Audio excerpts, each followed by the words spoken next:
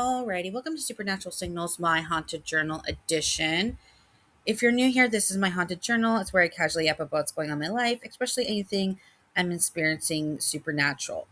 I also share channel updates, everyday life with my boyfriend Kermie, and thoughts on things in the media like true crime, though the supernatural is usually the main focus. On this channel, you'll find three types of content: this Haunted Journal series, short mini mysteries, which you can find over in my Shorts tab, and longer investigative deep dive videos. So if you're interested in any of that content, please consider subscribing. Thank you. Okay, so I took a little break and I'm still taking my little break. But I just wanted to do a quick update on like just some media I've been watching, content like I've been watching, and things like that. Yeah, so I haven't done any, to be honest, I haven't done any like working behind the scenes as far as developing content, except for a little bit. I started working on some shorts. I'm gonna try and start doing that this week, get some scripts out and everything like that to prepare just to have when I come back with those type of videos. But I just want to do like a mini update with this with this video and then go from here. So like I said, this is going to be, I don't know how long it's going to be. I'm going to be talking about some content I watched. So it's not going to be so supernatural focused. There has been supernatural stuff that's been going on, which has also been keeping me busy. And just again, just some other stuff I've been thing that's been keeping me preoccupied. Let's put it that way. This is the right word. So yeah, so we'll get into it. I just Kermie and I have been like doing a lot of like watching movies as of late and things like that. So I wanted to touch on those. And then yeah, that's kind of where we're at. Like I said, this is gonna be kind of like a break from the break, I guess, if that makes sense. And then I'll probably come back in 2 to 3 weeks and hopefully do what I was originally supposed to do, which is get more content out. But things have been, I guess, weird lately. So, but anyway, so let's get into it. So I started watching, um, I watched the movie Hokum, and this is one of the reasons why I wanted to like do this now, because I watched it like it's probably been like a week or so since I watched it, and so the stuff I want to talk about, I want it to be semi fresh in my mind. Um, so and I really like that movie. So if you don't know, Hokum follows a horror novelist, Om Bauman, who travels to a remote Irish inn to scatter his parents' ashes, only to hear unsettling tales of an ancient witch haunting the property. As eerie visions and strange events unfold, he's drawn into a chilling mystery that blurs local legend with his own past. I loved that movie. Like, where my brain is at right now, and it's for personal reasons, I'm fine health wise. It's just, I don't know where my brain is right now, is that like it's really hard for me to like absorb things that like I normally would like get into a movie and things like that. It's just, it really is, it takes a long time to catch my attention. It's just where my brain's at, right? Like even like video games, sometimes I'm just like I can't sit long enough. It strange but true. It's just what it is. So that's where I'm kind of at right now. It's and so when I watch movies with Kermie loves movies and I love movies too, but like just kind of where my thoughts are, it's hard for me to like sit down and just watch a movie, right? And this movie was, to me, what exactly I needed, because it was fast paced, but it had a really good storyline. There was really good comedic timing. The acting was just, I thought, phenomenal. The way they shot the movie, I thought, was so good. I mean, is it like, would someone put this up and saying this is the best movie of all time, blah, blah, blah? Probably not. But as far as what I was looking for and what I look for in a scary movie, it was like, I loved it so freaking much. Like, it made me so happy. Like, I was just like, because it held my attention. It just, I loved everything about it. I really, really did. Like, I don't know. Like, it didn't seem to do, I mean, it did decent in the box office, but it wasn't talked about a lot. And I loved that freaking movie, bro. Like, it just was funny. Like, it had my kind of sense of humor. Like, when, if you haven't seen it, like, he gets into this area where he's like in this like basement area where he's like stuck, and he set up this little trap to where this little dog like has to hit something at a certain time to help him get up, and he's getting like chased by this entity, right? So he's sitting in this bellwether trying to get like waiting for this little thing to chime, and the face of the statue that's supposed to hit the thing has like this little troll face of like, am I gonna hit it, am I gonna do it too late? Like, it just, the way they do the comedic timing was so good, and I feel like if I saw it in theaters it would have been even more fun. Like, it was just a fun, scary, but like, I just loved it. I don't know. I can't. It's just like my type of movie. I don't know. That's what I like about those type of movies where the cut screens were scary enough for me to like be like hiding under my blanket. Like, it.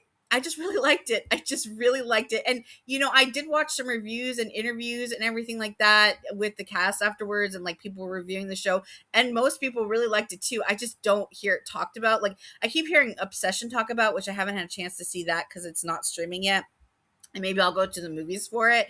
But I don't know. I don't know if it can be better than Hokum for me. I love the movie. I love the Irish people in the movie. Just it, I just loved it. I don't know. I highly recommend it if you're looking for a fun, but also like it also had like a deeper meaning like in it. Which it was kind of like easy to figure out, like, kind of his past or whatever. Kirby and I called it of what happened, but spoilers alert. His mom died at a very young age because he was playing with a gun and accidentally shot his mother, and so he kind of has those demons. So he's kind of like a cranky writer or whatever, and he's burying his parents' ashes, as I explained before in the synopsis, which I just googled. But and so he kind of has that darkness with him. So he's trying to, you know, uh, he goes to Ireland to spread his family's ashes, and then it's kind of him kind of forgiving himself, right? And like moving on from that. But I don't know. It was just, it was just so good. I don't know. It was so fun. There was enough breaks in it where you were learning more about the stories, but then there was enough action in between where you weren't bored. And I feel like with that type of movie, you need that, right? Especially where my head's at. I needed things to keep going and stuff. So I loved it. I thought it was shot really well. The close-up scenes were so good. The Just how they made it scary. Like it just, I don't know. No notes. I loved it. I don't know. I know when I really like a movie that, like, I'm a big spoiler person. Sometimes I'll wiki things throughout it. Sometimes I don't. But if I really like a movie, like, I'll like refrain myself from doing it, right? Because I'm like, okay, no, I'm really into this and I don't want to. That's when I know I really like that. And I did not do that with that movie. Kirby was very proud. But yeah, so we love that movie. Highly recommend it. I don't know. I had more to say about it when I first watched it. That's why I kind of want to get this out, and maybe I'll do another topic on it with the supernatural and things like that. Not really where my head's at right now, but I guarantee I'll come back to that movie because it just was so well done. I don't know how else to say it. It was just so well done. Yeah, and okay, well, never mind. I'm already going to come back to it. So I did watch an interview with Adam Scott, who plays the lead role, and the director, Damian McCarthy, and I I don't know. Like I said, I just love this movie so much. And so I was watching some of their interviews, and they were talking about, first of all, because Adam Scott plays the lead role, and usually he plays like nicer characters, like the good guy or whatever. And he played this character flawlessly, like, you know what I mean? But they were talking about how he's not very likable at the beginning, and he's not, right? He does some messed up things. Like this one time, this like the one of the hotel staff is like bothering him about like trying to get a book or whatever, and he like burns his hand or whatever, but he does it in a way like, I don't know, and like the guy's just like, well, that was rude. Like, I don't know how to describe it. You just have to see the scene. But it's also like, it's Adam Scott, so you're like, oh, Adam. Like, I don't know how to describe it because he's just he does it. They talk about how he's not likable, right? And he's not. Like, his actions are not likable. If I met that guy in person, I'd probably punch him in his face right then and there. Like, you know what I mean? He's they portray that well, right? But at the same time, there's something about him, his character, where you still like, right? Because you're interested in him, of who he is. He's very intelligent. He has like an aura about him where he just like gets his job done. He kind of like has a mysterious thing about him, but he's not being bragging about being mysterious. Like he's just doing his own thing, and he doesn't do social norms, right? Where it's like, even if he doesn't want to do anything with the book, he doesn't pretend he's gonna be like, yeah, I'll take it, like da da da when they offer it, he and like then just throw it in the trash like a lot of people would do. Like he just says is like no, and then he goes to extremes or whatever. But at the same time, you don't like the character being mean, but you like the character just because, first of all, it's executed really well, like just how he is as a character. But then also just with his character, people are drawn to him because there's an interest, right? There's a mysterious about it. He gets his stuff done, and it just, I don't know, in a weird way, it kind of reminds me of my boyfriend. Don't know why. It just, not in that extreme. My boyfriend's not burning people's hand. He's not rude like that, but like he just has. It just seems like he has a lot on his mind, right? And so people are intrigued by those type of people. So in context, he's kind of likable in that sense, where it's like, okay, we don't like what you do and you're not nice, but you're still likable in the sense of you're creative, and he's like a really creative writer and all these things. Like it, you just have to see it. Like I don't know. So I kind of disagreed where he wasn't likable, because I'm like, I liked him. I just know he was an asshole. You can like someone and know they're an asshole. I don't know if that makes sense, but because there's something deeper in there, right? Like, and so he's not like a pure sociopath, I guess is what I'm trying to say. That's the difference. So let's move on. Like I said, I will probably come back to that movie. I'll probably watch it again. I actually bought it. It was funny because we were like, should I rent it or buy it? And Kirby's like, what? Let's buy it. And I was like, okay. And so I'm so glad we actually bought it because, like I said, love that movie. I'm going to move on. All right. Okay. And then yesterday we watched House on a Haunted Hill, but the 1999 version. I know there's an older version. We're going to watch that too. We just saw this on Netflix. We were just like browsing because we were watching some documentaries, which I'll get into in a little bit, but this popped up and it was a lot of fun. I really recommend it. It's, again, it's not going to be anything like groundbreaking, but it was a fun, scary 90s movie. Like it was, I don't know. I really enjoyed it. I don't really have much to say about it. I just I thought there was a lot of plots and twists, and it had a lot of action, and they they jam packed a lot of things, but the storyline was still going well. There's a character Pritchard in it where he wasn't really supposed to be involved. He was supposed to be there to like recruit everyone to come there, and then he was like the one that wanted to get out of the house, and he was spoilers, but he's the one that gets effed over, like, and he was like the one trying to like warn everyone, and I felt really bad for him because like he just didn't want to have any part of it, and it's always the one people don't freaking listen to, and he's like, okay, like we're all screwed. And I don't know, it had a lot of good comedy in it. It was really good. I mean, if you take it for what it is, it was really good. It was fun. It was fast paced, and it still had a decent storyline. Like if you don't take it so seriously, like of a for a thrasher movie and like for a scary supernatural thing, I thought it was really well done. It was really enjoyable. So recommend that as well if you're looking for something fun to watch on Netflix. It came out in, like I said, in 1999, so really really well done. Kermie and I always laugh in those type of movies because the first thing they do, they're so if you don't know the context of the movie, is that this like really rich guy that like owns a lot of things where he likes to scare people is married to this other psychopathic wife, and they just are like to mess with each other probably too far, right? And so they basically he gets all these people into this house, but they were going to invite a certain people, but it looks like the ghost like changed the list or whatever. And it turns out it was an asylum, and these asylum people get murdered and really well in a fire, and they were basically tortured prior to that by the staff. Well, the ghost house, I guess, somehow hacks the computer, right? They do it well. It sounds like crazy when I say it, but the computer gets hacked, and they make the list of all the relatives of the people that belong that of the staff, so the ghost could torture their family members, that because they were tortured by their family, if that makes sense. So So when they get there, everyone's all like, "Who are these people?" But like, let's just keep doing our own thing. And if they stay in the house long enough, they get like $1 million from this rich man that has too much time on his hand, apparently. And so this guy doesn't like believe in ghosts, but apparently they all start believing ghosts at the end. The only one that does believe in the ghosts is the guy that's trying to get the heck out of there that I already mentioned, right? And so they're like locked in this big mansion that used to be a sale asylum, and they're in this area where there's like this food and the wine and the drinks, and then if you walk past that, it's where all the scary stuff is, where the torture devices were, like all the fire happened, like all this like scary stuff, right?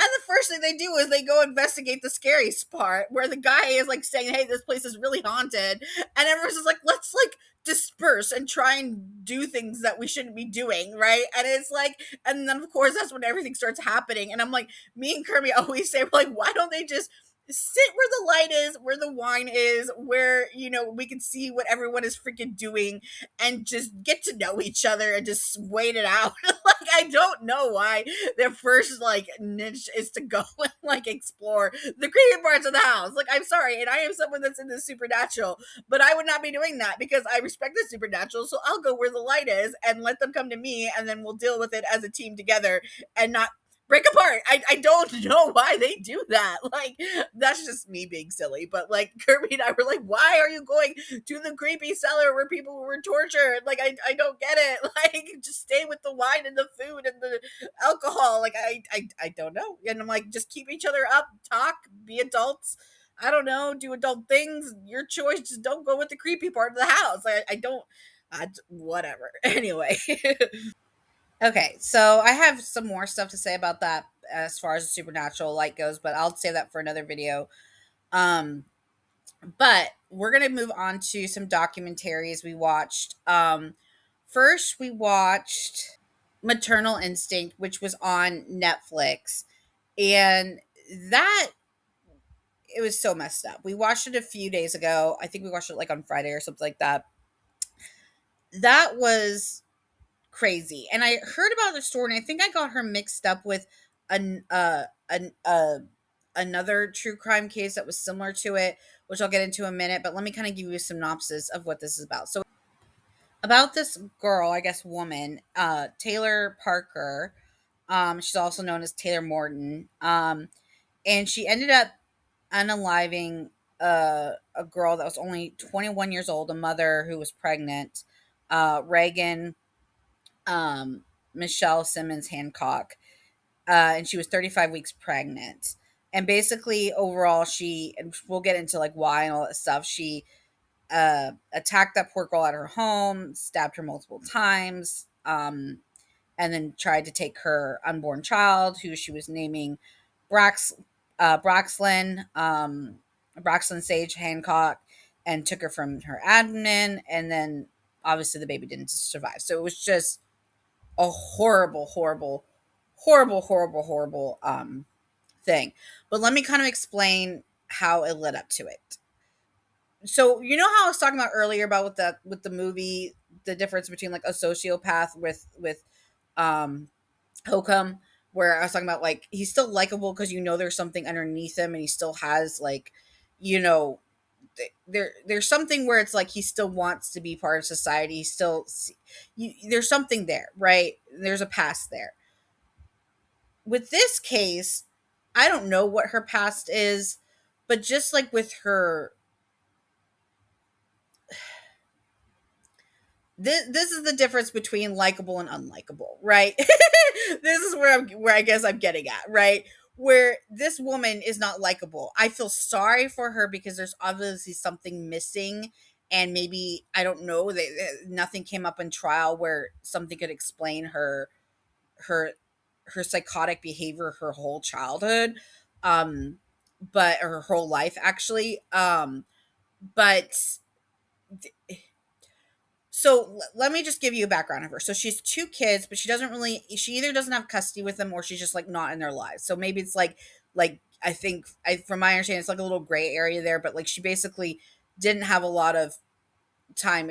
Mostly her baby daddies took care of her kids. She got pregnant at 17, and then she had another child. So she had two kids. And she's like about 26, 27 at this time of the story. So she has two kids. So her kids are probably like 10-ish, not like probably under 10, right?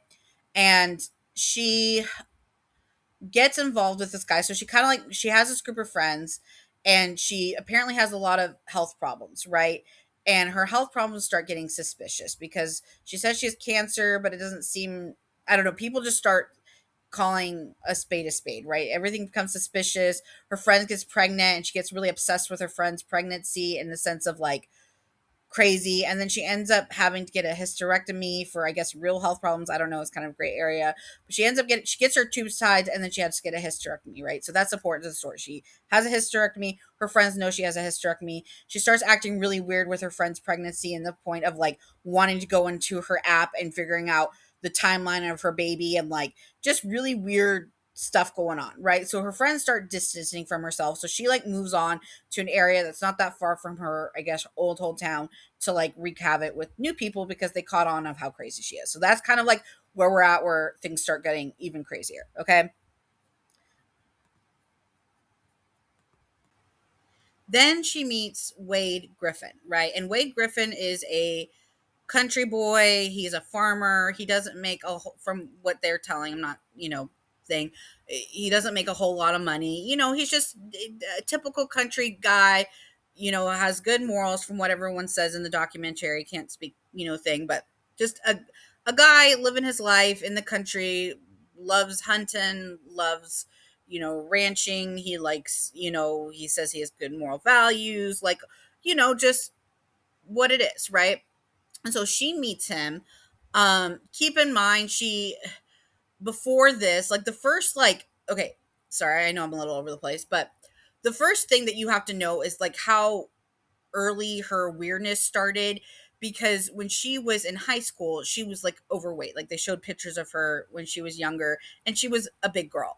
And she would ask people in school, from my understanding, if I understood what they were saying correctly, so she could go on the app, she would take pictures of her face and then ask her friends that were skinny to like catfish with their bodies and give her naked pictures so she could send it to boys, right? And so keep that in mind. That's like how like her brain works at a very young age. Okay, so just that's who we're dealing with, right? And her friends are like, no, that's weird. Like, and if a girl ever, if you're in high school or whatever and a girl asks you to do that, don't do that. That's weird. Don't do that. uh don't give anyone your naked pictures in high school. You don't know what they're gonna do with it. That's my advice. But anyway, continuing on. So she meets this guy, and then she, meets his family and friends and things like that.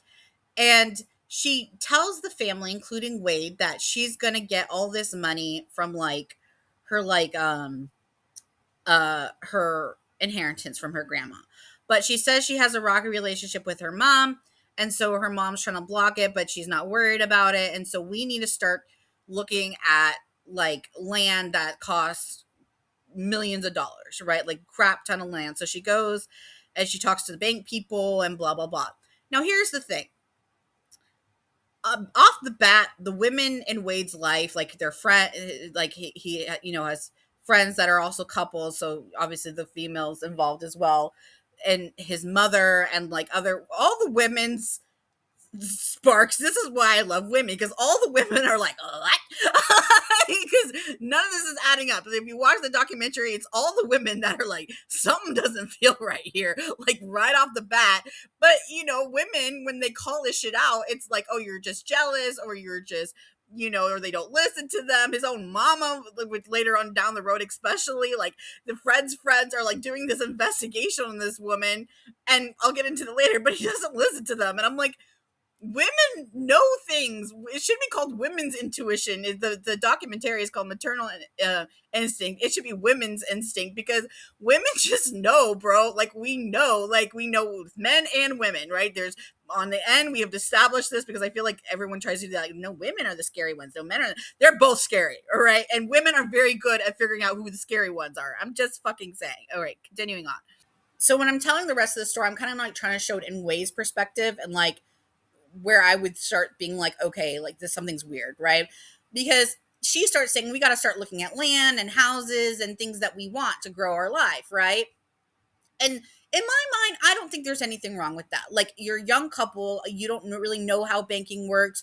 Like, you could come to these bank people and be like, hey, this is what I'm supposed to be getting. This is my situation. We just want to have a conversation, right? She does more than that. But like, in Wade's head, that would make sense, right? Like, look at the land you want. If you really think you're gonna get this money, like, maybe it seems too good to be true, but you keep this girl's like rattling your head, and he doesn't seem like the type to be like, I'm not going to be with you, you don't have the money. She's the one that brought it up, right? He didn't start dating her thinking she had money, right? So also keep that in mind. Like, he didn't like start dating. She was a cute country girl. That's why he dated her. She was good. Apparently everyone vouches that she kept the house nice. She was good at cooking. She cleaned. She helped with the farm stuff. Like that, everyone can vouch for, right?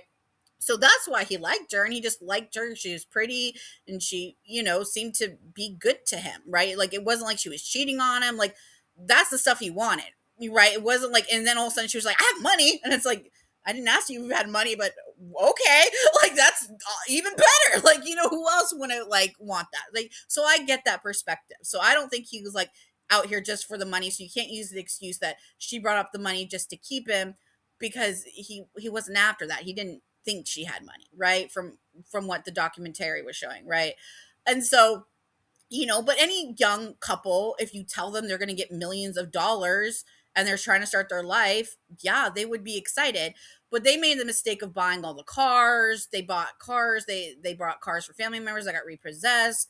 They started doing things, but in his mind, he was going to get all this money, right? But at the point when things started getting repossessed, and then she kept making excuses and blaming her mother that the money wasn't coming. Like, she just said, oh, she messed up something and she blocked all the debit cards. I don't know. She just kept making excuses. And finally she blamed her mother that it was all her mom's lies. And her mom was sending these texts that she actually had the money. It was just all crock of bullshit. Right. And that's to me where he should have been like thing. But I don't think like a guy in the sense of like, I don't know how guys work in that mindset. Right. Because like, I can understand.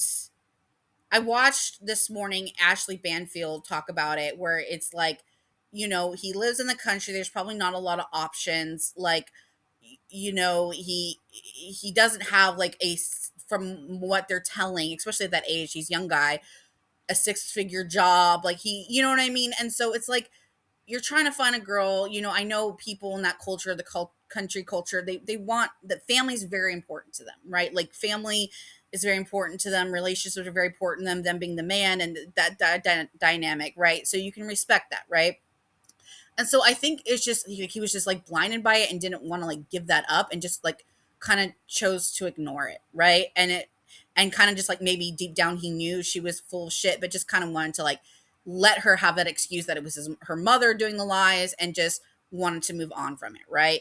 And then because like immediately right after that, she distracted him with something else, which was a pregnancy. So it's like, once those lies came, that everyone knew she was probably lying, but they didn't even really want to say, because it's almost like embarrassing at this time.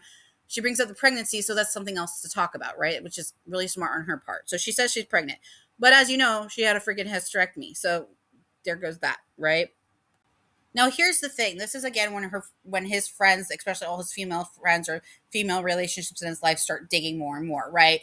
And this dumb person, this is how much she just feels. And I've said this before on the David case with Celeste. They're so like bold in their actions because they just don't think outside of themselves, right? Because they've been getting away with lies their whole lives, right? And so they just think they're just like going through, I don't know, like with the little dart thingy that you can use on Silk Song, just blasting through people, right? And either people notice their craziness, so they just step away from her, and then she goes find someone else to wreak their havoc on, or they just, get what they want from them, right? And so like, and they know they're crazy, but they're like, hey, they have money, so let me just get this right a little bit, and when people start knowing they're crazy, then I'm going to step aside. Like, I think that happened a lot with David. So um uh so because here's the thing, like, you could say like, oh, her friend should have, which I'm going to get into in a minute, but her friend should have spoke up more, da should have done more, or her mom should have done more and like spoke up a little bit. When you know these type of people, you're scared of them, right? When you really see what they can do and what they're capable of, and what they just do not give a crap, you're scared of them, right? And so you just want to distance yourself. Just the thought of them probably gives them the shakes, right? And so you just want, and it's sometimes not even so much what they did, it's just like a feeling, right? And again, women are very good with feelings. And it's like, I can tell by her friend that was involved, that was pregnant before all this stuff happened and she started getting really involved in her pregnancy. When she was being interviewed, you can tell she's shook by this woman, and you know what I mean, she just distanced herself, and she seemed like a very nice young woman that really appreciated friendships. And for her to be like, you can just tell by her face, like she just wanted nothing to do with her. And so what does this Taylor chick do? She posts her pregnancy on Facebook, but no one from her past reaches out because they don't know these new people, right? First of all, but they know she cannot be pregnant, right? So they're just watching this cluster F happen by far via social media. And I think in everyone's like mind, including like the people that are close to Wade at this time, like are like, okay, because they keep saying like something seems wrong. Apparently she wants to do a baby gender reveal, so she gets her friend to like read the gender reveal, and but the gender reveal is like 3 or 4 years like old. And so her friend like calls the clinic and is like, hey, I got this from the thing. She said there was a mix up with the dates and things like that. Is that like possible? And they're like, we don't do things like that. Like, it was basically women started investigating this, like, this is not a real pregnancy. And in my mind, me and Kermit were talking about this. I'm like, was she not intimate with her guy throughout this whole thing? Because she could get fake bellies, right? But Wade would probably see her Nikki, right? Like, I mean, that's just, even if Kermie and I are not doing anything at the time, Kermie sees me changing, like he sees me, you know what I'm saying? And her excuse to Wade was she just didn't feel attractive with her stretch marks. Like maybe she like brought up her fact that she had weight issues before, and so she gained weight. And she was gaining weight through this. It's just she wasn't getting a tummy, right? And he said like she just would like shut the door in the bathroom and wouldn't let her see him and anything like that. And I'm like, for that long though, and again, I get that people go through intimacies phases for different reasons, right? Like it's not like everyone's having sex every other day, right? But it's like 4 or 5 months, right? And he never sees her even not chained, right? Like I don't know, that's just weird to me. But again, maybe it's just something that Wade just wanted to ignore, right? Because everyone was kind of like at this point saying like the cat's out of the bag, she had a hysterectomy. Even like I said, it's a small town, so even the people that did the hysterectomy on her knew and they saw it, but they couldn't say anything because of HIPAA laws, right? Which makes sense, right? It's like, so they saw all this unfolding on social media, like gender reveals and all this stuff, and they're sitting there like, there's nothing there to have a baby, right? Hysterectomy isn't something that you can have like, oh, a mistake pregnancy, or like, my husband, did there's just no way. There's just no way you can have there's nowhere to put the baby, right? Like, there's nothing there for a woman. And I don't know. And like, how did he not know she had a hysterectomy? Because she never had a girly time around him. And granted, the relationship was like all disbanded in like less than 2 years. So keep that in mind too. But it's like Kermie knows when I'm on my girly time. He knows, it is very well documented. I'm like, Kermie, like, and he gives me chocolate and he helps me feel better. And like, you know what I mean? Like, it is well known. Like, you know what I'm saying? So again, every relationship is different. But like, I don't know. It's just suspicious to me that he didn't recognize it. And maybe it's just his personality where he just likes to go on his farm and not question anything. It was weird. I think for him, it was a lot of denial. I think it was a lot of denial. And I don't think he ever thought in his mind that she would go as far as this. Right. And so everyone expected her to say, like, oh, she had, a late term miscarriage or something like that, which is just horrible to people that had those things, right? Like, what if she knew family and friends that had miscarriages? She's going to fake a miscarriage and they're all going to have to believe her. And like, it's just gross, but like, whatever. So that's what everyone's expecting. And it becomes 10 months of her pregnancy. So her baby was supposed to be due on the night. She calls in a bomb threat because they were supposed to go and have the baby at a certain date. And so she calls in a bomb threat at the hospital. And so they reported on the news that there's a bomb threat at the hospital. And she's like, we can't go have my baby because there's a bomb threat. And Wade's still like, dur, dur, dur, dur, dur, this is nothing suspicious. Like, like I just like the excuses she made not to have this baby. I don't know. I want men to kind of like talk about this, because is it really like where you're just like, I'm bringing in the bread and I'm focusing on being a man of my child and like taking care, like, is it really that bad where y'all get blinded? And I'm not trying to be disrespectful because he's a victim too, but it it, I mean, come on. Like the bomb threat also on her pregnancy, and then she made one day she's like, okay, well now we're gonna go for have the baby. He's like, she's like, I just don't feel good. Like I don't know. It was just the excuses she made. It's 10 months. Okay, I don't know people that stay that long pregnant. I'm sure there's a few cases, 9 months, 9.5 maybe. Like that's kind of the max, right? Like it just was weird. He never got to, it was around COVID, so he never really got to go see the baby. She just the excuses, the amount of excuses was just astounding. So I think he knew, he just was doing what maybe he thought was right, right? So, yeah, so what ended up happening, but again, I don't want people listening to this think I think he's like a monster. I really don't think he understood what was going to happen, or I consider him a victim too, and you can tell by his interviews he's genuine with the thoughts and things like that. It's just sometimes like I would like a man perspective on this, right? Because I hear a lot of women talk about this, and it's like, is it sometimes that much blinders where you think like, I don't know, because I think with men it's either two spectrums where it's like there's, or three, right? Like the happy medium, like where everyone's happy and thing in relationships, and sometimes it's a spectrum of like men treat women like crap and they see them as just their little thing that should behave and like not quite like sexism basically, or like date around and not give a crap, like don't want to be in a relationship. And then there are some guys that just want a relationship so bad that they're just blinded to everything, and it's a very weird thing. Like I don't know. I don't know. And the worst part is if you could use the argument like, oh, maybe she wanted family and she was so desperate to keep that family, blah blah. He wasn't cheating on her. He wasn't. He wasn't. Even after he found out about the money, he was still treating her right. Like it wasn't like, like they probably would have forgiven her with the money. Like she found what she was looking for, supposedly, right? She found a good relationship. She just kept adding to it. She just kept adding to the mess. Like it's like she gets bored, and so she has to add to the mess. Like it's crazy. Like I don't know. It's like you had a good guy. You could make something out. You could get a job. Like you could, just live a life. Like I don't know. Tell him that you had, the hysterectomy. Y'all can adopt. Y'all can. There's ways around it. Like it just.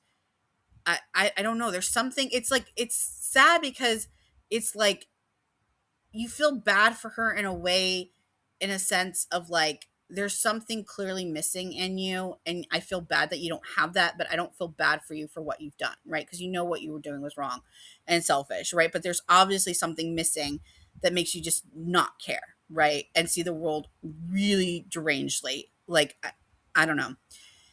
Anyway, so during all this, she starts a photography business, right? And she gets hired to do a wedding photography. And supposedly she does a good job. And she meets the 21-year-old that I spoke of earlier, Reagan. And Reagan is doing her thing. She has her family. She had a baby at a young age too, so I guess they could relate on that aspect. And she does her wedding photography, and apparently everyone liked her. And Taylor's the type of person to just kind of move in every circle and just kind of like become besties with everyone. And everyone's just kind of like, who's this chick? And they're like, the photographer. Oh, she's cool. Like, you know what I mean? Like, she's just very good at, like most people like that, weaseling their way in, right?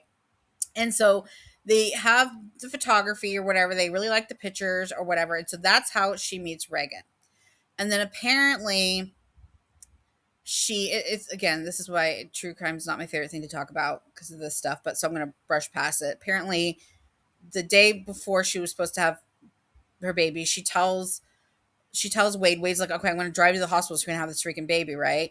And you could tell by the voice memos and stuff like that, he's starting to get like his patients are running thin, right? As anyone would. And so he's like, I'm going to take you. And she's like, well, this guy wants to buy these hogs from us. So you go give them the hogs and I'll drive myself to the hospital and we'll meet up there. He's like, no, I'm going to take you to get the baby. And she persisted. And he's like, fine, whatever. So turns out the hog thing was hogwash. She was the one that sent the text about the hog. So he basically was just driving somewhere to drop off these hogs that didn't exist, right? And so to get him out of the house, she goes over to her what she called her friend's house and does what I said earlier. She unalives them, right? And she takes the baby. That we're moving past that. And this again, I don't talk about true crime. Shakes the baby and she drives in the car. She a trooper is following her and she calls 911 saying she had the baby on the side of the road. Again, it's like the David case where it's like he puts the body in a Tesla and lets it rot there, right? It's like they just don't think about like, okay, they're going to have to test to see, my body because after having a baby, you got to make sure everything's okay down there. It's a big thing. Like, you know what I mean? Like it's a huge ad coming out of a small little area. Like you got to check this. You'll be able to tell. Like I'm not good at science. I know that. Like, you know what I'm saying? Like, and so like so she's acting like, oh, my baby, blah, blah, blah. You can tell the cops know right off the bat something's very suspicious about this. I don't even think they know about the poor woman yet, like the cops that stop her or whatever. But like, and again, I don't want to talk about how the family found her because you can watch the documentary. It's just they're the real victims, obviously, and Reagan. But for the sake of sanity right now, let's go past that. So while that's all happening, finding the body and everything like that, Reagan's pulling this stunt. Taylor. I'm so sorry. Taylor's pulling this stunt where she is pretending she had a baby in the car, right? So they bring her to the hospital and they're like, and she refuses to get tested to see if she has a baby. And then the police come in and like, hey, we can do DNA. We're going to have to test you to see if we had a baby. And basically all her lies keep coming out, and with her little country accent, she's like, it's my baby, it's my baby. And I'm like, people with country accents, I'm not dissing you.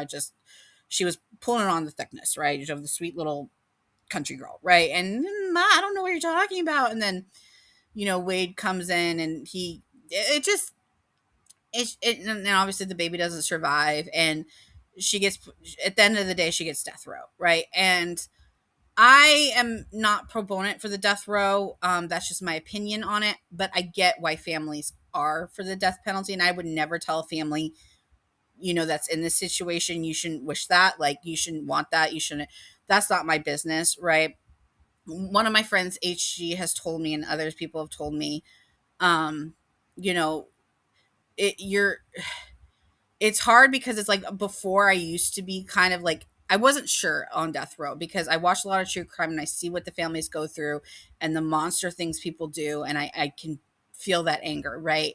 To an extent, right? You can never feel what they've been through, right? Especially this case. This is just yeah. But he always told me, he said, if you're able, whether it's like someone that happened to you or someone else or you know what I mean? If you're able to actually pull the trigger, give the medicine, do whatever you do to give the death row, then you can be death row. And I don't think I can do that, even if it was something in my family. Like, I just don't think I could do that. I don't think I have it in me. The only time I could think of it, it would be like in pure self-defense of either myself or someone I love, right? In like extreme circumstances, right? Where it's like fight or flight or, something like that, right? And for me, I just can't do that. So I don't think I'm death row thing, but I understand why people are, right? Especially in these cases, right? And so it's not like I feel particularly sorry for her. And I hope whatever, there's a lot of alone time in death row. And I've said this before. I think for spiritual journeys, that's really needed, right? Like, I think it's almost like, you spend a long time on death row, right? So it's like a lot of time to think and a lot of times maybe spiritually to get some visits from people that maybe she needs right before her time comes, whether that is through something or not. But I don't think her journey would be easy, right? Because I think, whatever she was caught up in her heart or whatever, it's not something probably easy to fix. And like I said, whoever's the main person in the world, when you're talking on a spiritual letter, like I said, forgives but doesn't trust easily, right? And it takes a while to get that trust back. But both sides work hard to get that trust back, right? So, and I wouldn't want to go through that journey, right? Because I don't think whoever created us likes it when you hurt another person, right? And messes up their journey, right? So, um, but again, I think he always forgives, or she, or whoever it is, or they, right? Forgives. It's just like I said, because they're protecting the other people they created, right? Um, so yeah, I don't know what happened to her. I don't know what happens to those people that just don't see past. They, how people always say, live for the day, live, take day by day. I agree with that, like to some extent, but these people really just live moment to moment, right? And there's always has to be a balance where it's like, think about tomorrow, think about yesterday, think about those things, but don't let it consume you, and still live in the moment of what you're focusing on now to have a brighter future, right? These people literally just live and, I want the baby, so this is what I'm going to do. And then when I get to the hospital, I'm just going to parade around just like David thinks that he's going to wear a suit and get a haircut and talk about anime and be like, uh, you know, like it was my music that did it. Like, you know what I mean? And think he's going to get away with it, And I think that was the same thing with her. When she got to the hospital, she could cry to Wade, and Wade would be like, all right. And, you know, and here's the thing, the sad thing is, it's like, what else could she have done if she got away with this, right? Or what if this never happened and she did even something worse, right? It doesn't seem like there could be much worse, but in this world, as we all probably know by now, it's so messed up that there probably is a worse thing. So, um, I don't know. I don't know. And I don't want to, I hope I didn't come too hard on Wade in this scenario. It's confusing, and maybe he was going through his own journey, and like what he thought he was doing at the time was right. And maybe it was right. We don't know maybe he prevented something even worse. It's hard to say that. And I'm sure if the parents hear me say that, they probably want to smack my face. I don't blame you. I'm just trying to think of things, because I would be confused too if all those clues were like hidden and he didn't say anything. Right. But I'm trying to see on his perspective and his journey, and what, I don't know. It's an interesting case. It's a very interesting case, but I like the fact that he didn't hide away from it, right? And he's doing his interviews, and he's not like profiting off of it. You know what I mean? So it's just very, very, very sad. And I just, like I said, I don't blame the family for wanting the outcome that happened. I don't blame them. Um, so like that's why, again, where I say get confused with the death penalty, just for me though, if I was like a judge or something, I just wouldn't have that option, just because I couldn't do it. I just couldn't do it. I couldn't take someone's life like that. Like, I know me, but I get why people would really want to. I get it, but I have a feeling, what her journey is going to be spiritually. And like I said, I had my own supernatural journey, and it was hectic in itself. And I consider myself at least a decent person. I consider myself actually a good person. Um, and it was a lot. And I have a feeling if they have that opportunity to do that journey, it's going to be 100 times more. You know what I mean? Because there's a lot more to fix. So, um, yeah. So I wouldn't wish that on anyone anyway. But sometimes what you wish isn't what people need, right? So yeah.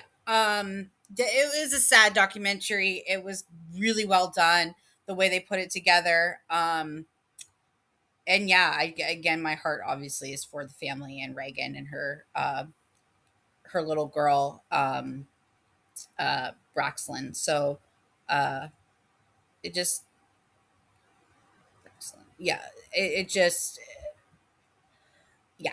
Anyway, a very sad case, but I, I don't know. I know when I watched Ashley Banfield, they were talking about like hearing from, like, knowing more about her past, but I really feel like that would have come out in, she would have taken the opportunity to say anything, you know, in court about it, and she didn't. So I don't know. Okay, and then I watched another documentary, which was again very sad. I have to like take breaks in between. Like I could never do full fledged just thing because there's a lot of true crime going on right now. I'll keep my eyes on it once in a while. Maybe I'll touch on them like when there's like an actual arrest or something like that. But it takes a lot out of me, man. I don't not just sound like it's sad. It's sad, and I'm not very good at the wording to make it sound respectful, and it's just ugh. So I watched a documentary about a cyclist that passed away um in 2022, which for some reason I thought it was earlier than that, but um and their documentary was called The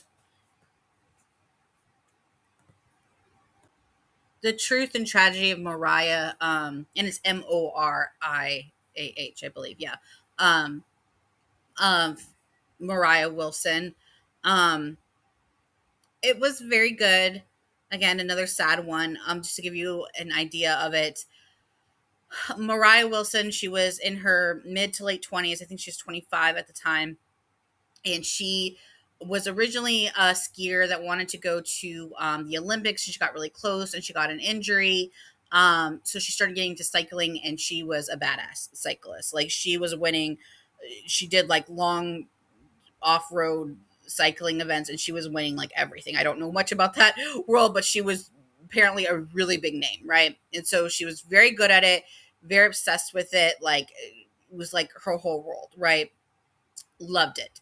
And was very, very talented. So she started cycling, and that kind of started doing it competitively and was winning a lot of events and kind of had a big name in that field, not only for like women, but for men too. Like she was just like known as a badass, right? And she loved the sport, and she had one boyfriend prior to his event. Apparently that was like her first boyfriend, and it didn't end up working. Apparently, she just got so involved with her cycling. This is what from the boyfriend's perspective, we don't really know what was going in her head, but from the boyfriend's perspective, which I believe him, is like she got really big into cycling, and it was just consumed her whole life. And then she also maybe wanted to see what was out there because she was young, and you know, they just broke it off. It didn't seem like there was a big drama thing. She just really liked cycling, and that was consuming her time at the time, right? And so she started cycling, and then she meets this guy who lives in Austin who's also a cycler. So I think they kind of like her previous boyfriend was also a cycler, but I don't think he was that invested in it as um these two people are. So she meets this guy who's older, and he's kind of known as like a playboy in this cycling world. I don't know if that's how he would perceive himself, but that's how the documentary was kind of discussing it, where he kind of like, he had a girlfriend, but they were on and off, and everyone liked the girlfriend. The girlfriend seemed really sweet and shy, and just seemed like a good person. So you kind of felt bad for her in the documentary because he's kind of like playing games. It feels like he's playing games with these two girls, right? Because he meets Moriah, she's younger, like 10 years younger, and like he starts giving her attention. He says he broke up with his girlfriend. Then, then he's still living with her, and then he's still going on dates with her. And so in her diary, she's kind of confused about the relationship, and it's just kind of like it's messy, right? It's one of those, as sad as it is, it's one of those stereotypical like Ross and Rachel, we were on a break type thing, right? But with a crazy twist. Okay. So Colin Strickland is the bicyclist name that I'm talking about with the guy. And his girlfriend is Caitlin Armstrong. And she's a yoga teacher. It looks like she has a high school diploma. Um, Keep in mind, not that it so matters in the grand scheme of things, but Moriah was a Dartmouth graduate as well. She was an engineering degree. So very smart girl. But so was Caitlin. Caitlin ran her own business. She had a realtor business. She had a yoga. She actually helped Colin with his business a lot. So she was a smart girl, and she had things going for her as well. So keep that in mind. Um, and yeah, so that's how, Caitlin was portrayed or whatever. But they don't really say much about Caitlin. Turns out, obviously, And I don't even want to get into her poor friend that found her, because she was staying in Austin for a bike race. She's not from Austin. She was staying in Austin for a bike race, and obviously she was meeting up with Colin a little bit throughout that time. And she was staying with her friend who was such a sweetheart and actually found her, and just, yeah, just stuff.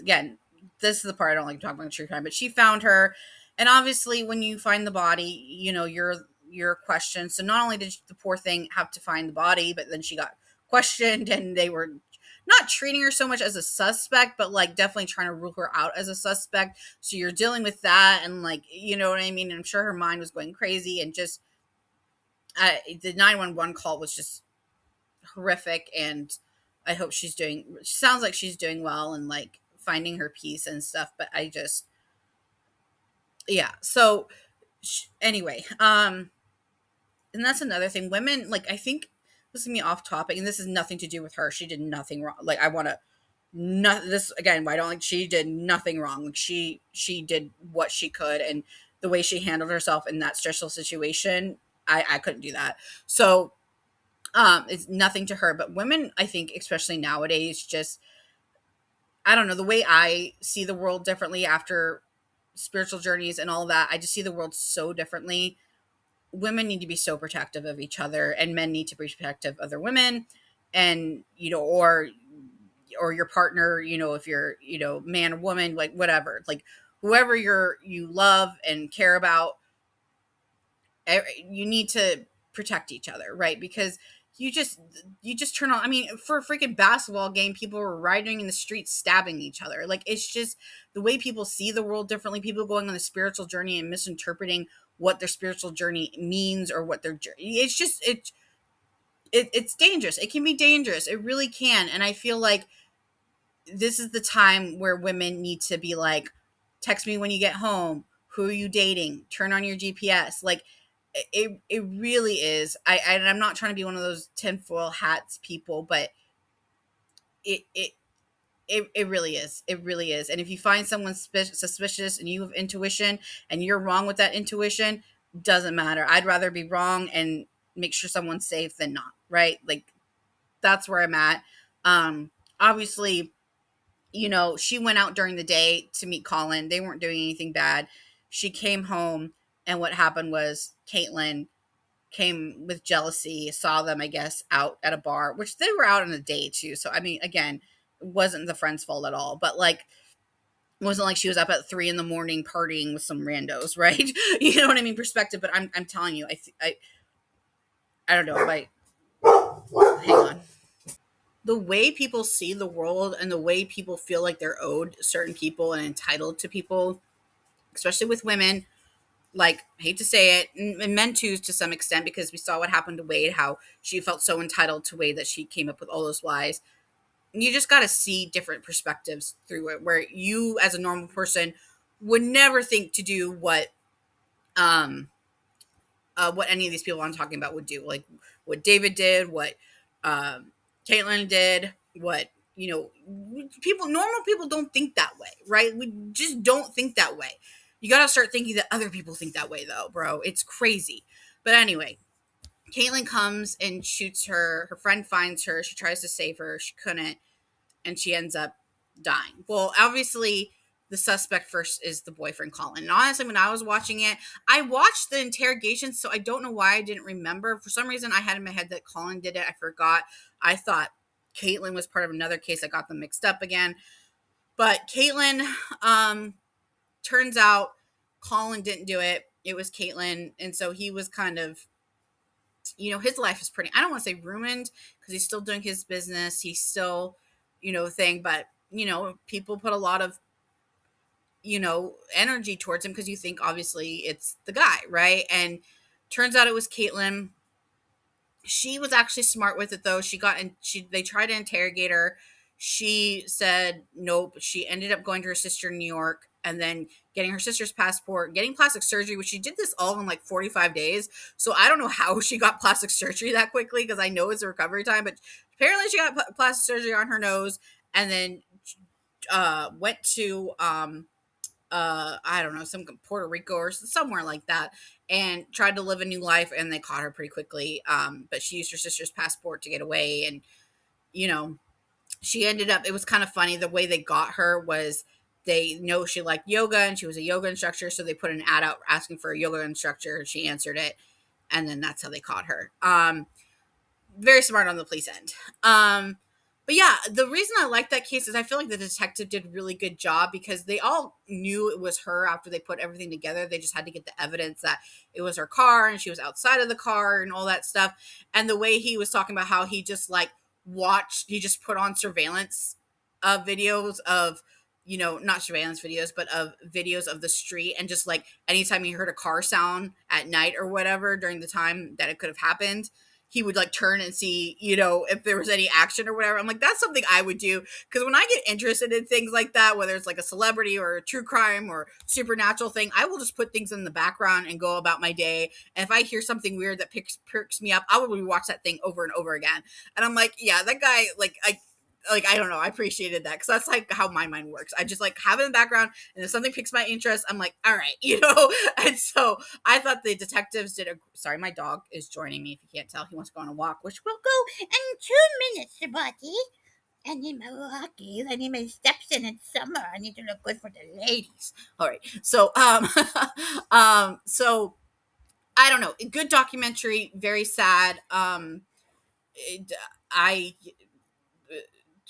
really interesting. And yeah, it just, again, you don't know who you're messing with, right? And I don't think Moriah did anything where I think she believed Colin, where the shot she was over, you know what I mean? She seemed kind of new to dating because she only really had one boyfriend. And if a guy tells you like it's over, you're like, yeah, and you want it to be over because you're into this guy and like he's really into cycling and he's helping her with her career. And I don't think she came in there and being like, I'm gonna steal this woman's man. Like, I think she thought it was over and they were more adult than her and they were handling their business. And little did she know this crazy lady was planning her murder. But you would never think that because she was so good at hiding it. Everyone just felt sorry for Caitlin, right? Because they just thought she was this meek little girl. Okay, I need to go take my dog on a walk. I'll be right back. All right, Walkie is successful and Buddy had his voice.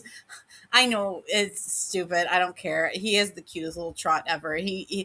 My favorite thing about Buddy is his ears, and when he walks, like he prances. He doesn't really like run or walk. He has these little prances, and his ears go up and down, and then he goes explores into. He's just the cutest shit in the world. I'm sorry, my cat and my dog. Everyone knows everyone's pets are the cutest to them. I have no difference, but he just makes me happy, and so does my cat. So, um, but yeah. Anyway, sorry. It was a nice boost of energy to go take my puppy on a walk. But because he's such a homebody, bro. He's such a homebody, and so when I do get to take it, which if you've been following my Haunted Journals series, you know why the walk thing is funny. But I was happy I got to take him on this little thingy, and he enjoyed it. So, but he loves being home, bro. He loves being home. He just his empire. So, and he's so cute because he has a lot of blankies on the couch because it's a nice couch. It's not my couch, but it's a nice couch. So we want to make sure, thing. And so we have blankets on there. So we have a couple blankets. And at night, he likes to be tucked in at night. He will pout until I tuck him in. And so I'll tuck him in, and then I'll come back later to either get like a drink or snack or something, or wake up early in the morning. And he now like tucks, like he will snuggle his face in and put the pile of the blankets where he's like laying on a pillow, hiding his little face, like snuggled in. It's the cutest shit in the world. I can't describe it. I think since we've had him longer, like it's like past the whole like, oh, thing, way past that, because we got him in August, but it's just so cute to see his little personality come to life, where he feels secure and like things like that. But it's just like he loves his little cuddle time. He loves being tucked in. He loves his thing. And if he wants me to get out of bed, like it's like 8 o'clock or something, and I'm watching TV or something like that, he'll come in and he'll like put the door open and he'll go and like stomp his little feet if he wants attention or to get tucked in or something. Because sometimes I think he wants to go outside, and then I'm like, he doesn't want to go outside. He just wants to be tucked in and have a belly rub before bed. It's the cutest shit ever. So I had to go do that and thing. But I do have a lot of supernatural stuff to catch you up on with him and Kitty. Not really Kitty, but just everyday life. I put a little bit on my supernatural stories on, it's not supernatural. So this is why I've not been making a lot of content. Instagram stories and under spooky things. And I will do a comment when I come back after my, I guess, another little break, which I don't know when I'll come back. I really want to get back more into content when I come there. But yeah, that's the main stuff I wanted to talk about, guys. I just think, true crime, I think, has a lot to do with the supernatural, probably a lot more than people understand. I think true crime, I think supernatural messes with people's mind a lot. I'm not excusing anyone's things because people can make their choices of what they get involved with, right? That's different topics. So I don't feel sorry for these people, right? Like at all. But like, it, that's why I stay in the true crime world. I think there's a lot of crossover in the true crime and the supernatural, and it's scary, right? Especially since we probably know, like, we know, like, the amount of the ocean. I think we know what, 5 to 7% of the ocean. I think we probably know like 2% of the supernatural, maybe 1% of the supernatural world. I think we're all starting to learn a little bit more and more as communications get stronger and things like that. But yeah, it's just interesting time. So anyway, I hope, again, if I doubt it, but if anyone does stumble across this podcast and has any involvement with it in a personal level,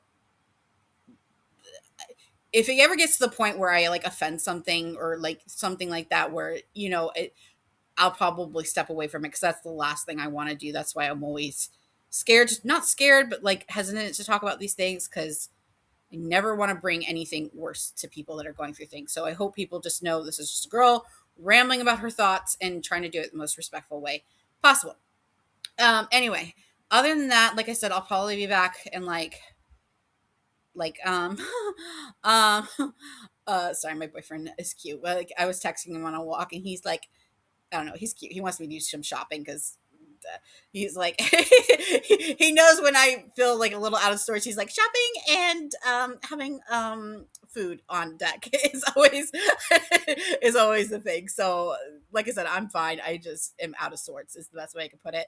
So I'm gonna go do some online shopping. Nothing crazy. But I was looking at some shorts I really wanted, and it's hot in Texas. So alrighty. I hope everyone's doing well, staying safe, and as always, I will be back probably in like 2 to 3 weeks ish, probably with more movies that I've watched and other things to update you on, and hopefully some actual deep dive videos and things that I was planning previously. But other than that, stay curious and stay tuned into the supernatural. Thanks for watching.